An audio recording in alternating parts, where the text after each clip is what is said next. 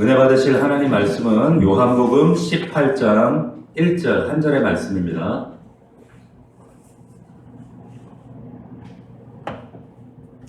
우리 다 같이 합독하도록 하겠습니다. 시작. 예수께서 이 말씀을 하시고 시내 건너편으로 나가시니 그곳에 동산이 있는데 제자들과 함께 들어가시니라. 아멘.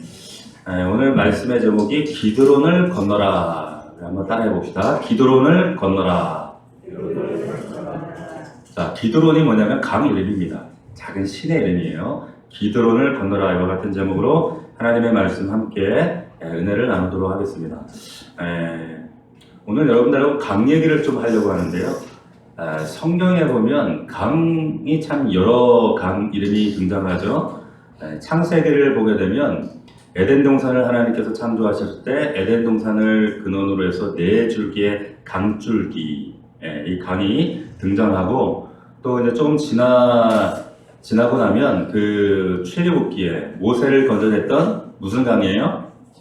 나일강, 그죠? 이집트. 요즘에 이집트와 에티오피아가 이 댐 문제 때문에 지금 한창 시끄러운 그 나일강이 등장을 합니다. 또 성경 맨 마지막 요한계시록에 가면 또 강이 하나 나와요. 그 강 이름이 뭔가 하면 생명수의 강입니다. 영적인 강이죠. 생명수의 강이 등장합니다. 이 강 이야기가 참 많이 등장을 하는데, 오늘은 여러분들하고 이 성경에 나오는 강 가운데 아주 영적으로 중요한 의미가 있는 강 세 가지, 이 세 개를 생각해 보면서 저와 여러분의 신앙을 한번 점검해 보려고 합니다. 자, 첫 번째입니다. 이 첫 번째 우리가 생각해 볼 강은 뭐냐면 야복강입니다. 야복강. 창세기에 등장하는 이 야복강인데, 야복강 하면 제일 먼저 떠오르는 사람이 있죠. 누구예요? 야곱이죠, 야곱. 이 야곱이 쌍둥이 형이었던 이 에서와 이 장자권 문제 때문에 철천지 원수가 돼서 그것 때문에 생명의 위협을 느끼고 고향을 떠나잖아요. 고향을 떠나서 그 도피 생활을 하다가 이제 고향으로 돌아오는데 그 형이 종을 이끌고 죽이러 본단 말이에요. 정말 인생 정말 위기 순간에 하나님 앞에, 하나님 정말 나로는 할 수 없는 이 관계의 문제를 회복할 수 있도록 나 좀 살려주십시오. 그렇게 하나님께 엎드렸던 장소가 바로 이 야복강, 이 강가죠. 그래서 야복강 하면 야곱과 에서의 모습을 우리가 또 선명하게 떠올릴 수가 있게 되는데, 그 장면이 창세기 32장에 등장을 합니다. 제가 한번 여러분들 읽어드릴게요. 한번 찾지 마시고 한번 들어보세요. 창세기 32장 22절입니다. 밤에 일어나 두 아내와 두 여종과 11 아들을 인도하여 야복 나루를 건널새 그들을 인도하여 시내를 건너가게 하며 그의 소유도 건너가게 하고 야곱은 홀로 남았더니 어떤 사람이 날이 새도록 야곱과 씨름하다가 자기가 야곱을 이기지 못함을 보고 그가 야곱의 허벅지 관절을 치매 야곱의 허벅지 관절이 그 사람과 씨름할 때에 어긋났더라. 자, 우리가 너무 잘 아는 말씀. 이 야곱과 씨름하던 사람이 누구죠? 천사죠. 하나님 보낸 천사. 이 사자와 야곱이 씨름을 하는데 야곱 일생일대의 위기의 순간입니다. 앞에서는 형이 나를 죽이려고 달려오고 있고 지금 천사가 강을 건너지 못하게 나를 붙들고 있고. 자, 그런데 당신이 나를 축복하지 않으면 당신 나를 복주지 않으면 당신을 보낼 수 없다. 당신을 절대로 놔줄 수 없다. 이러면서 야복강에서 씨름하고 매달리고 그러다가 결국에 이기고 하나님께서 야곱의 일생일대의 이 문제를 해결해 주세요.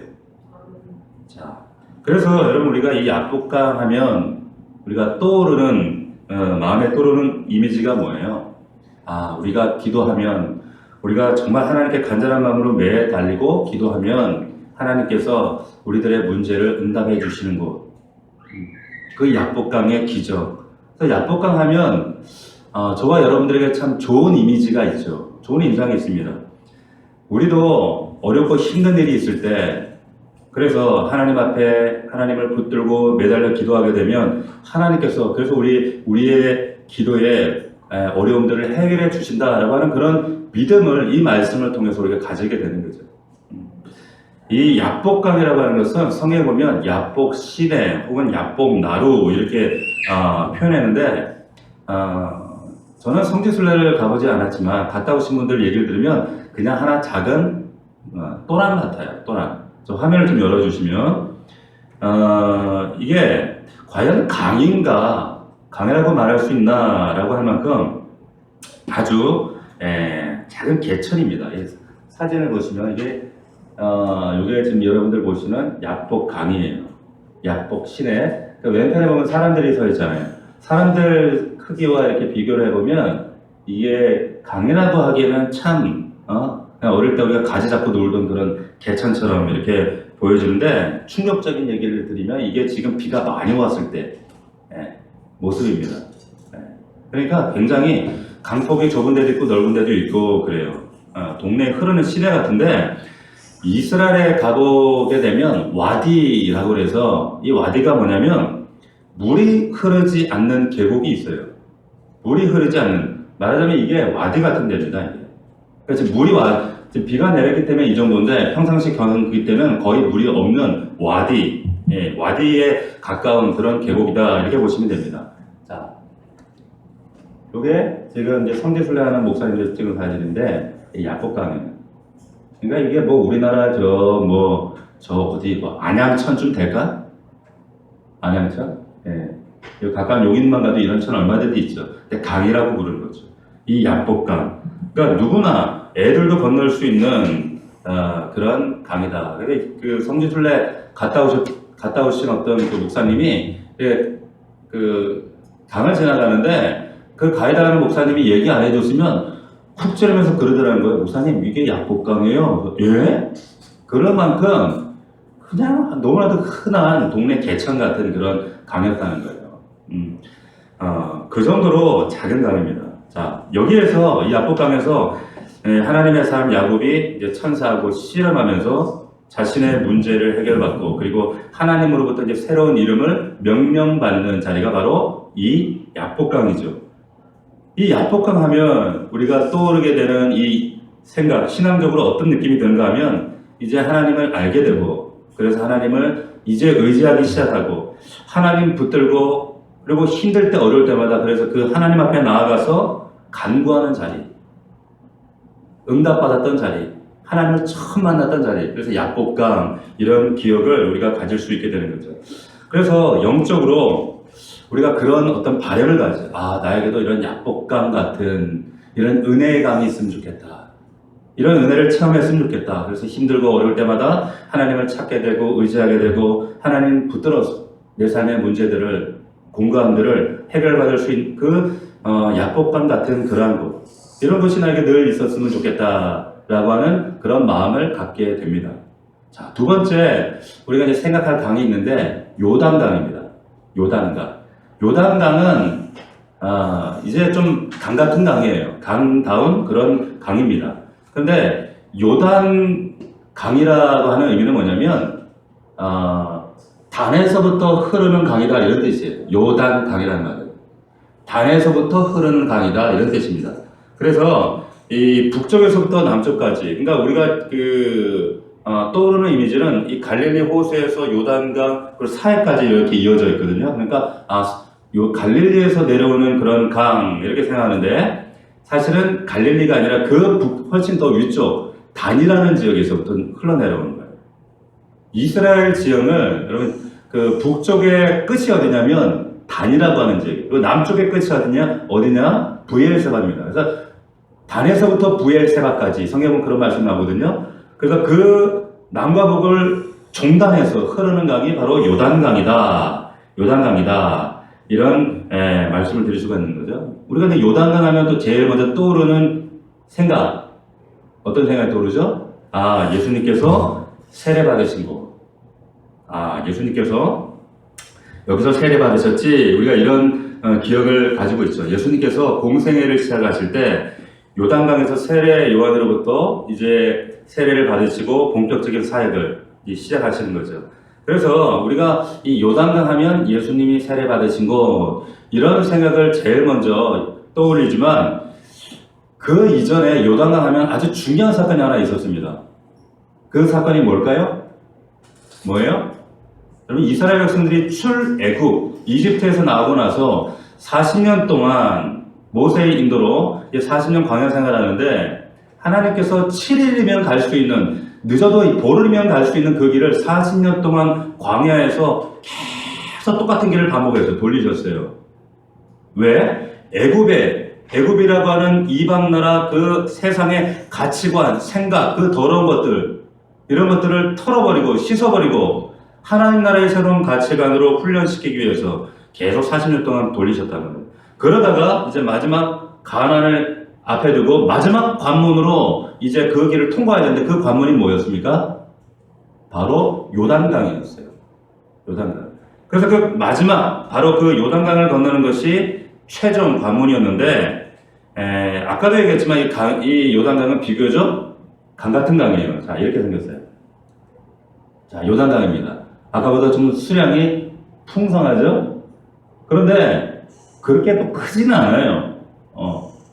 그래서 이게 지금 그 좀 비가 우기 때, 비가 왔을 때 당시지만 그래서 강폭이 좁은 데도 있고 넓은 데도 있고 또 건기 때는 그 강폭이 좁아지기도 하고 그런 이 모습이 이 요단강의 모습입니다.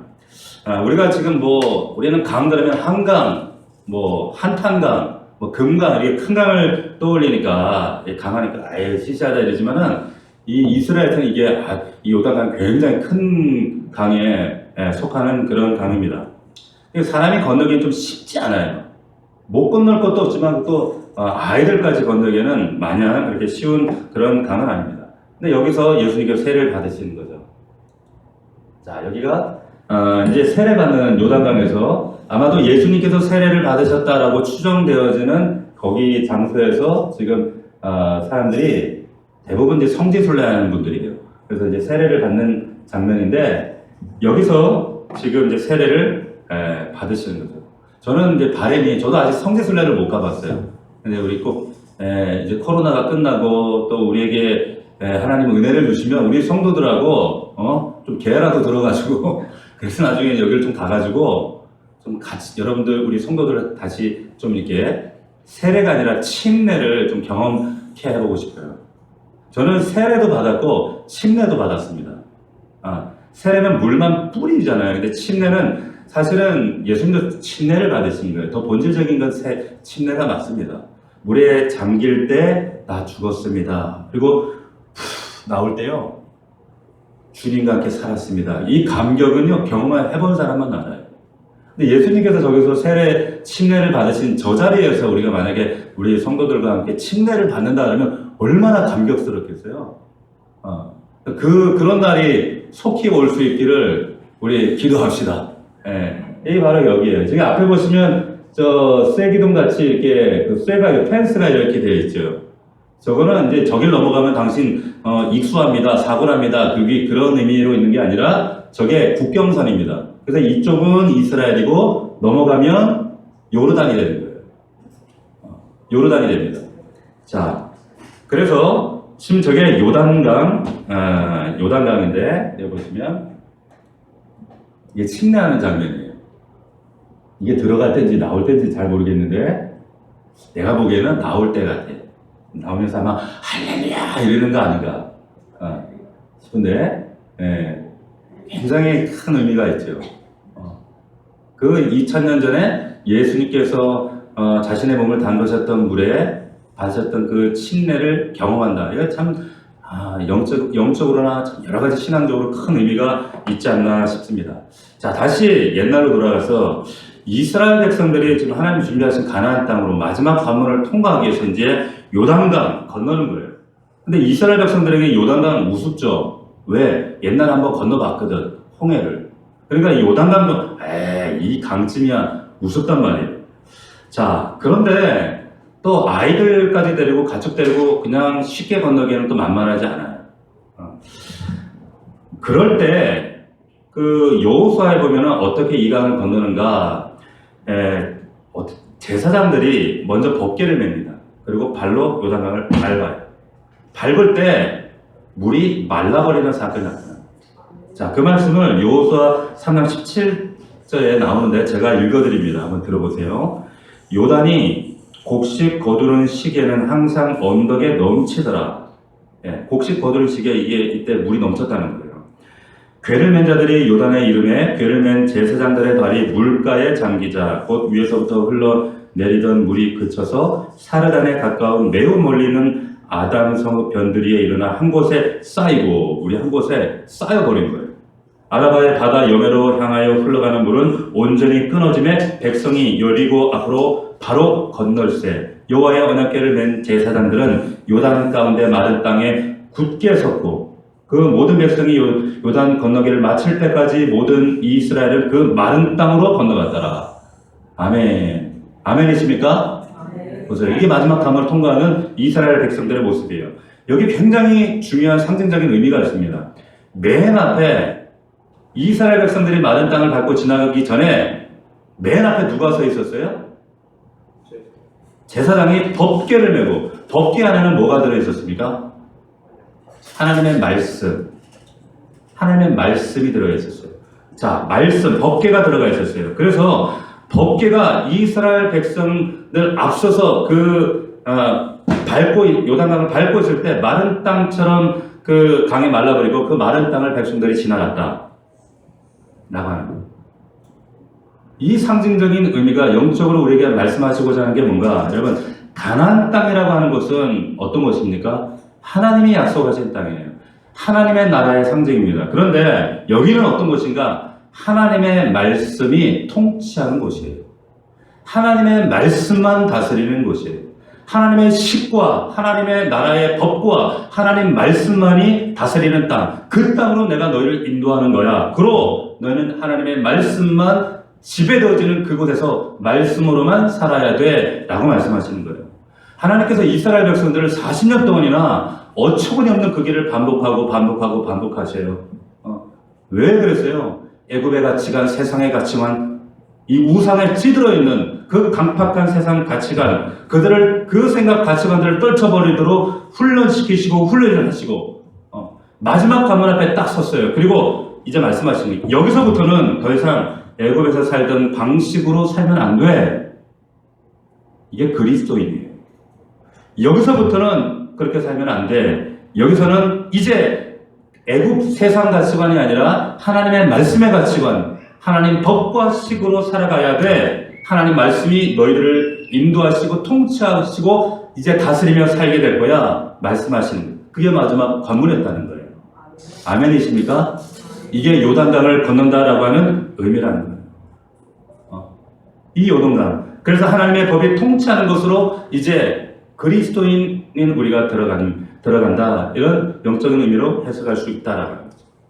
우리 그 장례식 때면 항상 많이 부르는 찬송이 있어요. 며칠 후 요단강 건너가 만나. 제 전 교회에 전교회 어떤 전도사님이 이 노래를 부르잖아요. 그러면 아이고 목사님 이 노래 부르면 안 돼요. 막 이래. 왜요 전사님? 그 노래 부르면 장례 가요 장례. 그래요 제가 전사님이 약간 좀 샤머니즘 약간 좀 그런 끼가 보인다. 그래서 내가 안 좋은 소리를 좀 했죠. 그 찬양 부르다가 장례가 나나요? 그건 아니죠. 어쨌든 이 장례식 때 이 찬양을 많이 부르는 고백인데 여기 보면 요단강 건너가 만나리. 아이고 그 양반 이제 요단강 건넜네. 아이고 안타깝네. 우리 그러잖아요. 근데 이 의미가 사실은 같은 의미예요. 여러분, 요단강을 건넌다. 우리가 이 땅에 살다가, 이 세상에서 살다가, 이 땅의 가치관을 기준으로 살다가, 이제는 죽어서 하나님 품에 안깁니다.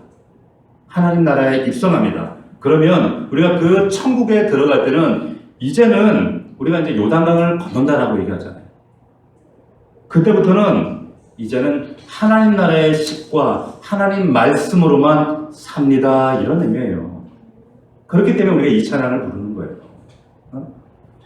그래서 요단으로 들어간다. 이제는 하나님으로만 함께 살고 하나님 말씀으로만 살고 하나님의 인도하심으로만 살고 이게 요단강을 건넌다라는 그런 의미입니다.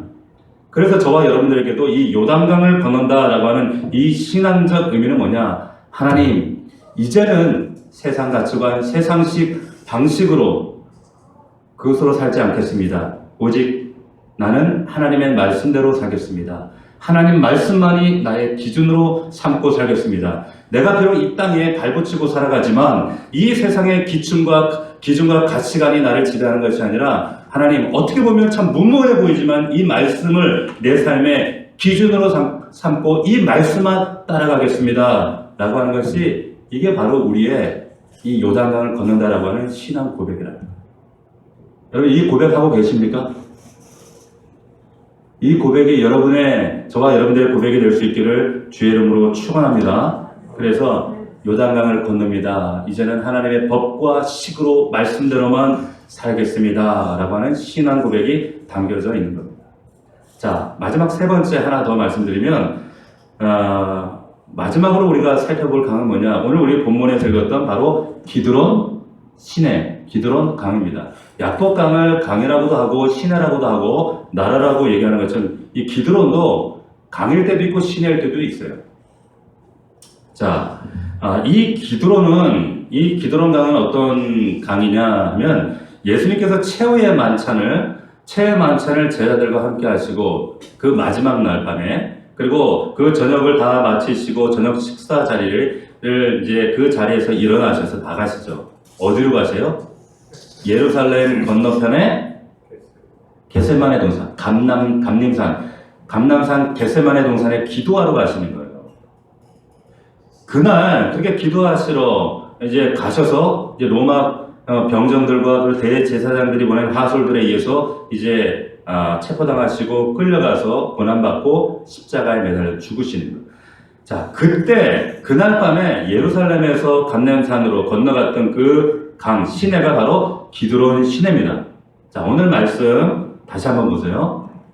자, 예수께서 이 말씀을 하시고, 이 말씀은 17장에 예수님의 중보기도의 말씀, 17장 전체를 말합니다. 마지막 유언 같은 말씀을 하셨어요. 근데 이 말씀을 하시고 제자들과 함께 기드론 시내 건너편으로 가시니, 그곳에 동산이 있는데 겟세마네 동산이죠. 감림산. 자, 제자들과 함께 들어가셨다. 자, 겟세마네 동산으로 들어가시는 거예요. 그리고 기도하시고 잡히시게 되는 거죠. 이 기드론이라고 하는 의미는 뭐냐면 아주 어둡다, 그리고 깊다, 이런 뜻이에요.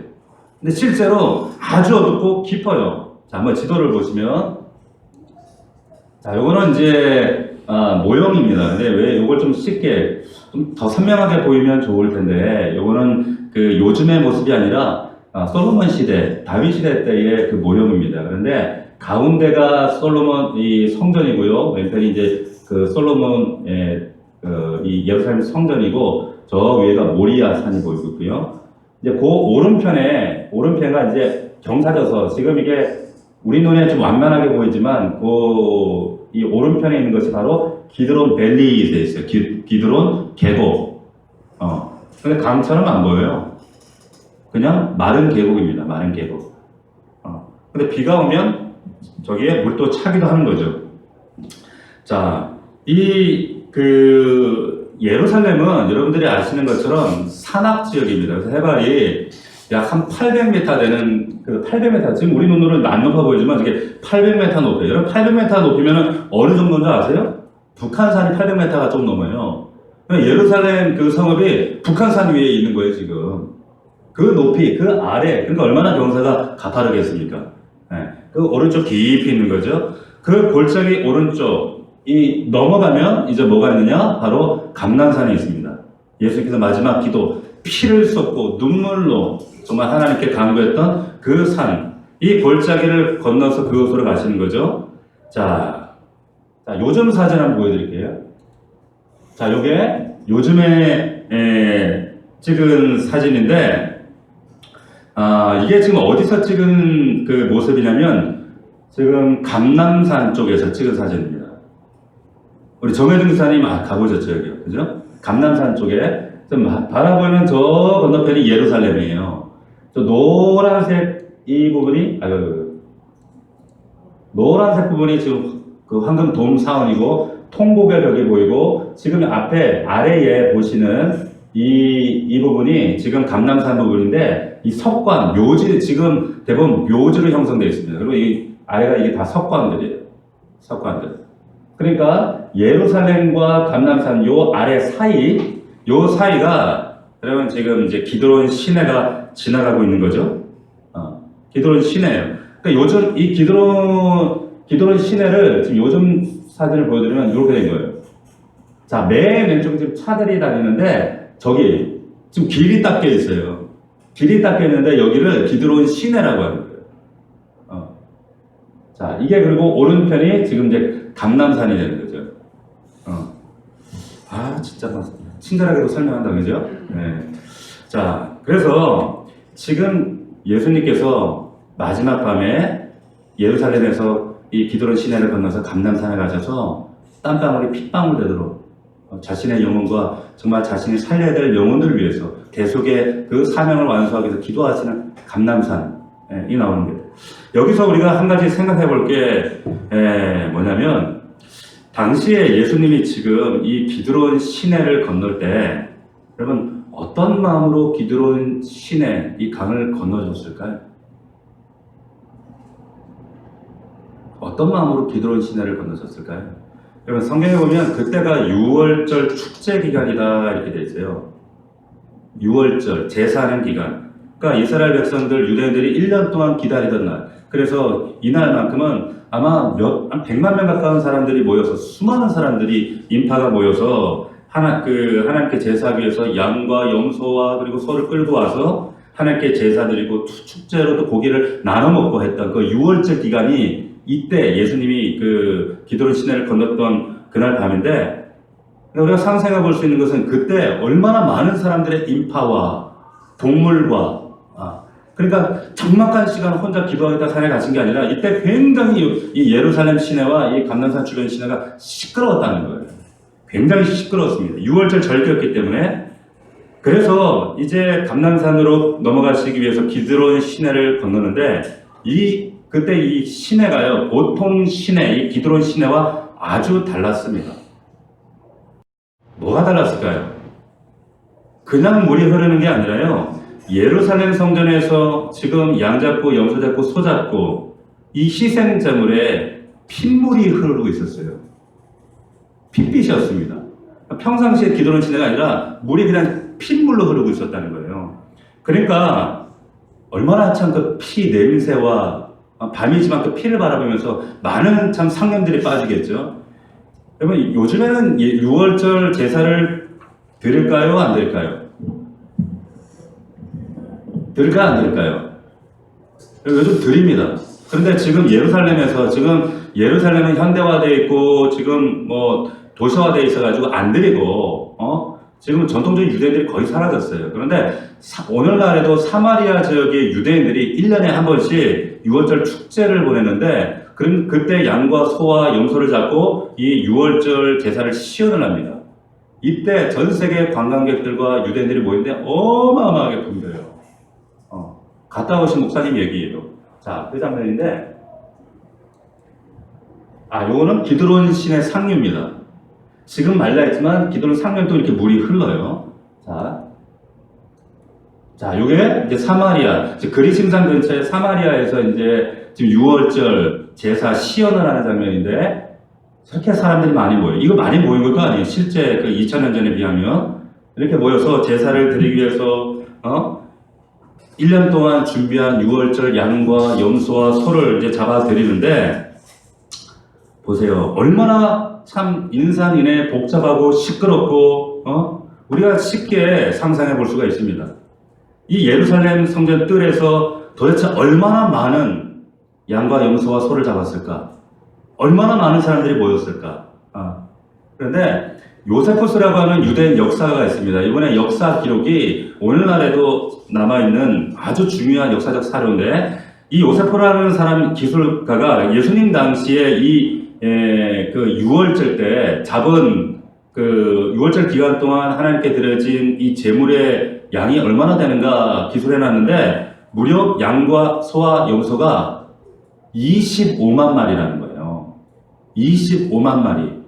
여러분 상상이 되세요? 25만 번의 제사를 드렸다는 거예요.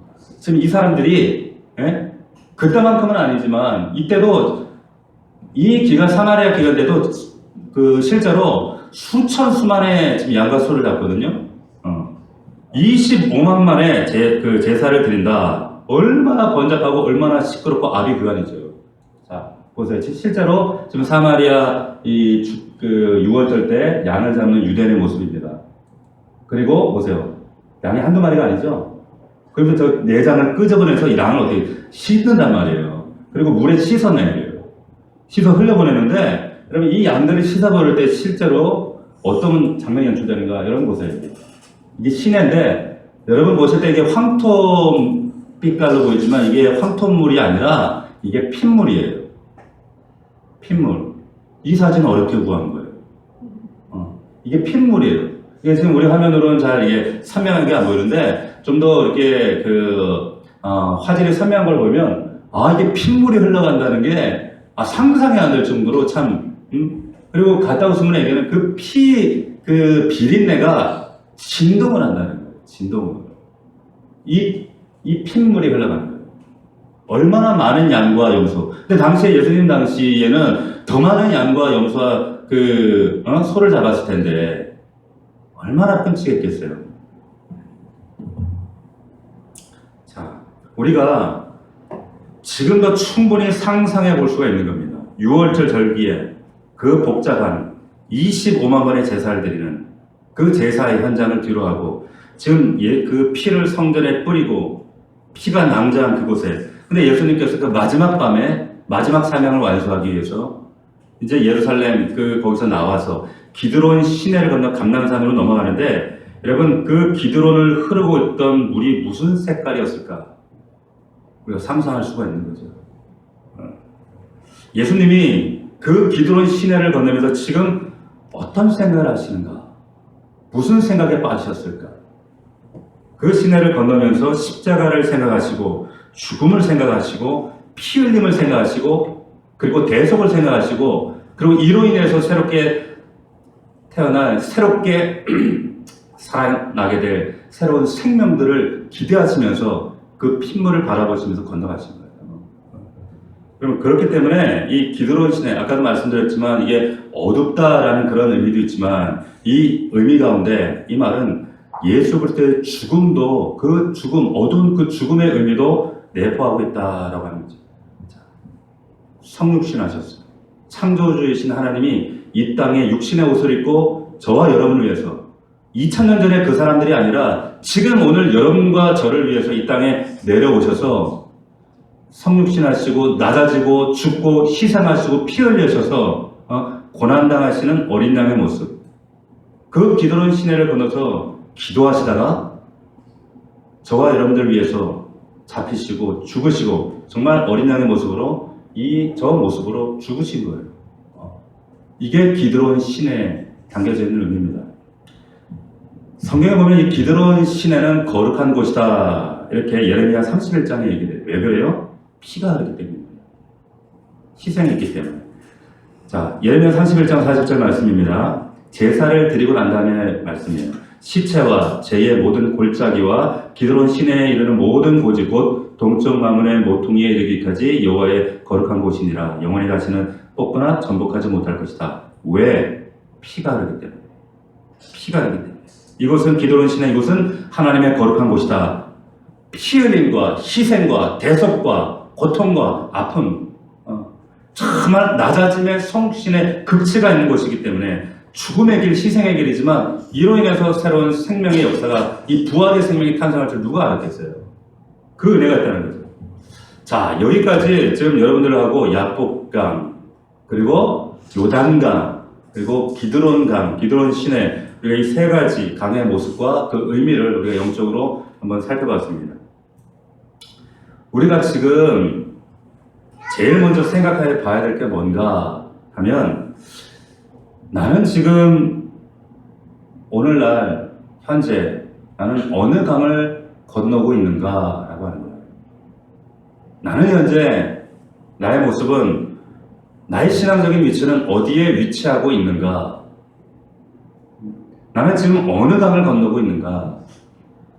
혹시 나는 여전히 야복강 수준에서 야복강을 건너는 수준이 아닌가? 힘들고 어려울 때만, 아쉬울 때만 하나님을 찾고 야곱강에서 하나님과 씨름하듯 하나님을 찾는 그런 신앙생활을 하고 있는 것은 아닌가? 나는 야복강인가? 아니면 나의 신앙은 요단강 신앙은 아닌가? 하나님의 법과 십과 말씀이 나의 기준이 되어지고 적어도 이제는 하나님의 말씀대로 그 말씀이 나의 삶의 기준입니다. 나는 그 기준대로 살려고 몸부림칩니다. 라고 하는 요단강 수준인가? 적어도 우리 넘치는 교회 성도들 수준이라면 여기까지 가야죠. 그죠? 여기까지는 가야죠.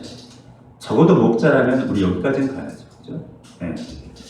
야복강 수준일 수도 있고 우리가 또 요단강 수준일 수도 있습니다. 그러나 우리가 궁극적으로 쫓아가야 될, 넘어야 될 강은 어디입니까? 기드론 강. 주님이 건넜던 그 기드론 강. 이것을 건너는 신앙. 이게 필요하다는 거예요.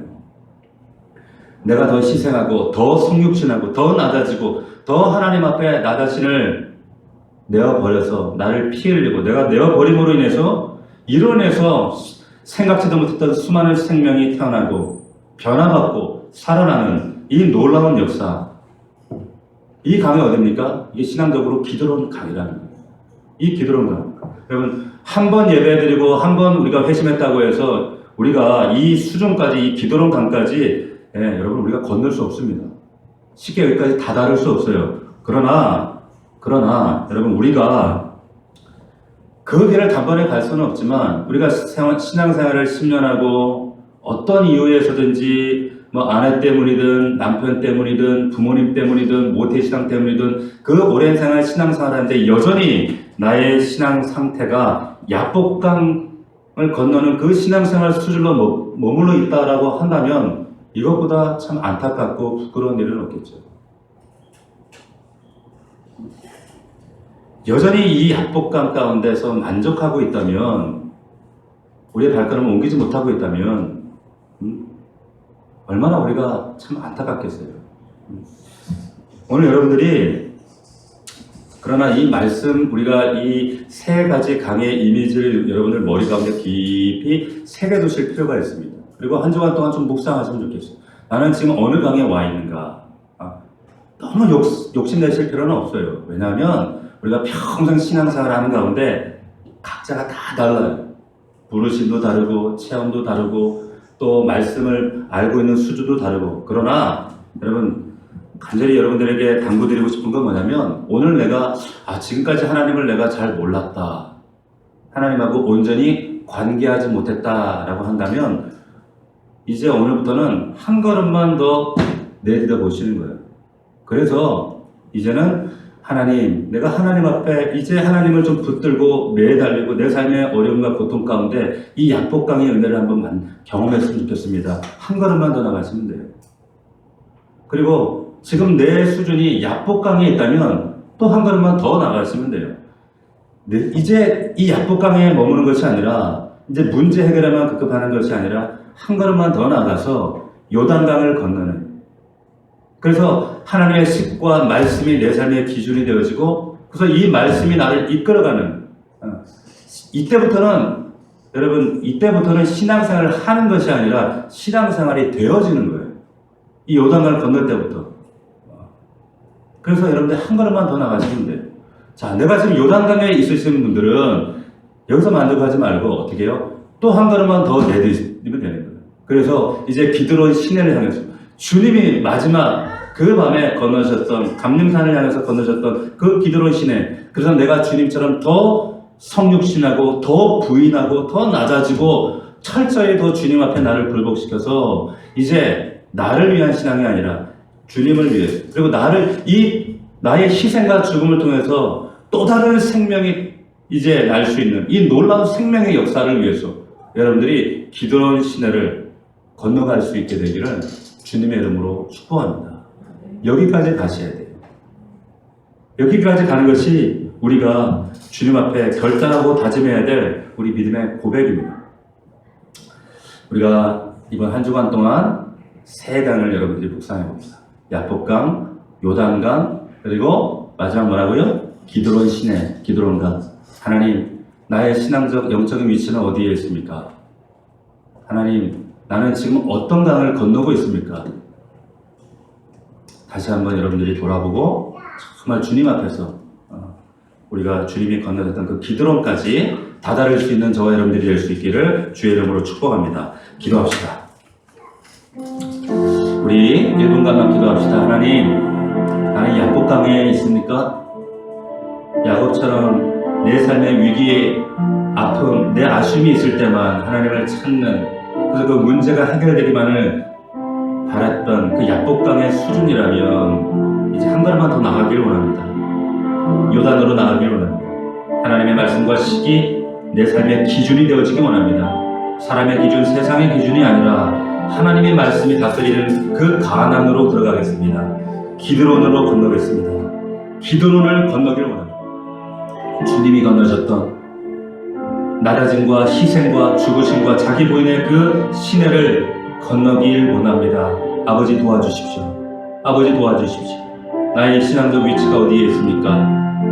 다시 한번 돌아보고 반성하고 기도할 수 있는 시간 되길 원합니다. 1분간만 하나님께 우리 기도하며 나갑시다. 기도합시다. 살아계신 아버지 하나님, 감사함을 드립니다. 아버지 하나님, 예수께서 이 말씀을 하시고 제자들과 함께 기드론 시내 건너편으로 나가시니 그곳에 동산이 있는데 제자들과 함께 들어가시니라. 아버지 하나님, 우리가 야복강에 있습니까?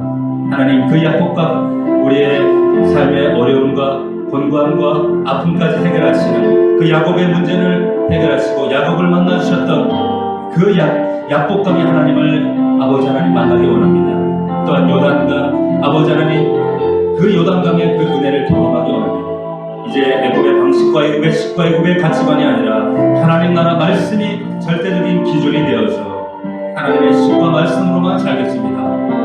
기드론을 건너기를 원합니다. 주님이 하나님 마지막 그 하나님의 사명을 감당하시기 위해서 하나님 그 부활의 생명을 주시고자 영생의 역사를 우리에게 나가시고자 하나님 정말 눈앞에 보이는 그 시뻘건 기드론 시내를 건너셨던 것처럼 아버지 희생과 눈물과 아픔과 낮아짐과 하나님 자기 희생의 그 시내 그 강을 건너가기를 원합니다. 아버지 하나님 함께하여 주시옵소서.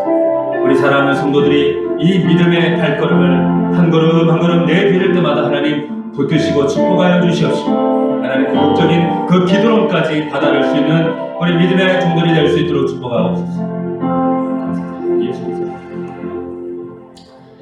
아버지 하나님, 우리 사랑하는 성도들, 하나님 야곱처럼 우리 인생에 해결할 수 없는 정말 곤고한 문제들 앞에 때로는 낙심하고 주저앉고 싶을 때 많이 있지만 그 야복강 기적의 하나님께서 만나주시고 하나님 해결해 주시고 응답해 주시고 또한 이스라엘이라는 새로운 이름을 허락하신 아버지, 그 야복강의 하나님을 누리게 하시고 하나님 그 신앙 안에서 다시 한번 하나님의 얼굴을 목도하는 우리 귀한 가족들이 되어지기를 원합니다. 하지만 한 걸음 더 나아가서 이제 요단강을 건너는 신앙으로 나아갈 수 있는 하나님 성숙한 신앙이 되어지길 원합니다. 이제는 문제를 떠나서 하나님의 말씀과 하나님의 식과 하나님의 법이 다스리는 하나님이 기준되어 되시는 그런 하나님 절대적인 예수 그리스도의 주재권을 인정하는 그런 우리 넘치는 성도들이 되어지길 원합니다. 기드론 시내로 나아가기를 원합니다. 하나님 핏물이 흐르는 그 강을 주님이 6월절 그 밤에 우리에게 생명 주시고자 그 강을 건너셨던 것처럼 하나님 우리 주님처럼 우리의 믿음도 이제 누군가를 위해서 이 교회를 위해서 공동체를 위해서 더 낮아지고 희생하고 나를 부인하고 나를 내어드려서 정말 새로운 생명을 나갈 수 있는 그런 말미암아 우리의 공동체와 우리의 교회와 이 나라 이 민족이 새롭게 변모되어지는 이 기드론 시내의 놀라운 은혜가 우리 사랑하는 성도들의 삶과 가정 가운데 있도록 아버지 은혜를 더하여 주시옵소서. 이 말씀이 한 주간 동안 우리의 삶 가운데 깊이 신비에 새겨지게 하시고 이 말씀으로 한 주간도 승리하도록 주님 붙들어 주옵소서. 예수 그리스도의 이름으로 감사기도 올리옵나이다. 아멘.